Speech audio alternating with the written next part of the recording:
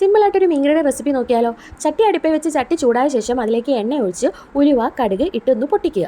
ഈ സമയം നമുക്കൊന്ന് മാറി നിൽക്കാം കേട്ടോ, അല്ലെങ്കിൽ മുഖത്തിൻ്റെ ഷേപ്പ് മാറും. അത് കഴിയുമ്പോൾ ഇഞ്ചി വെളുത്തുള്ളി ഇട്ട് നല്ലോണം മൂപ്പിക്കുക. അതിനുശേഷം കൊച്ചുള്ളി പച്ചമുളക് ഇട്ട് നല്ലോണം വഴട്ടുക. അതൊന്ന് വരുന്ന സമയത്ത് അല്പം കറിവേപ്പില കൂടി ചേർക്കാം. കറിവേപ്പില ഇല ഇട്ട് നല്ലോണം നമ്മുടെ സാധനങ്ങളെല്ലാം വരുന്ന സമയത്ത് നമുക്കിനി പൊടികളൊക്കെ ചേർത്ത് തുടങ്ങാം.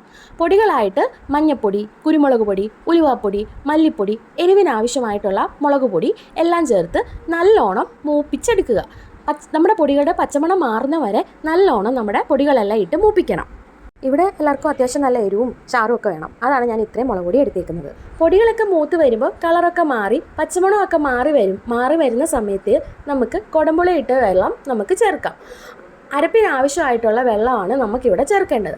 അങ്ങനെ വെള്ളമെല്ലാം ചേർത്ത് ആവശ്യത്തിനുള്ള ഉപ്പൊക്കെ ഇട്ട് നമ്മുടെ അരപ്പൊക്കെ നല്ലോണം സെറ്റായി തിളച്ച് വരുന്ന സമയത്ത് നമുക്ക് മീൻ കഷ്ണങ്ങളൊക്കെ ഇട്ട് കൊടുക്കാം.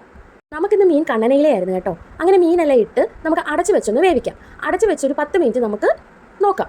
അങ്ങനെ 10 മിനിറ്റിന് ശേഷം നമ്മൾ അടപ്പെല്ലാം എടുത്ത് കഴിയുമ്പോൾ നമ്മുടെ മീൻകറിയെല്ലാം സെറ്റായി ഇവിടെ വന്നിട്ടുണ്ട്. നല്ലോണം കുറുകിയൊക്കെ വന്നിട്ടുണ്ട്. ആ സമയത്ത് നമുക്ക് ഈ ചെറുതായിട്ട് കുരുമുളക് പൊടിയും ഉലുവാപ്പൊടിയും കുറച്ച് കറിവേപ്പിലയും കൂടിയിട്ട് ഒന്ന് തിളപ്പിക്കുക. അങ്ങനെ കുറുകി നമ്മുടെ നല്ല അടിപൊളി മീൻകറി ഇവിടെ വന്നിട്ടുണ്ട്.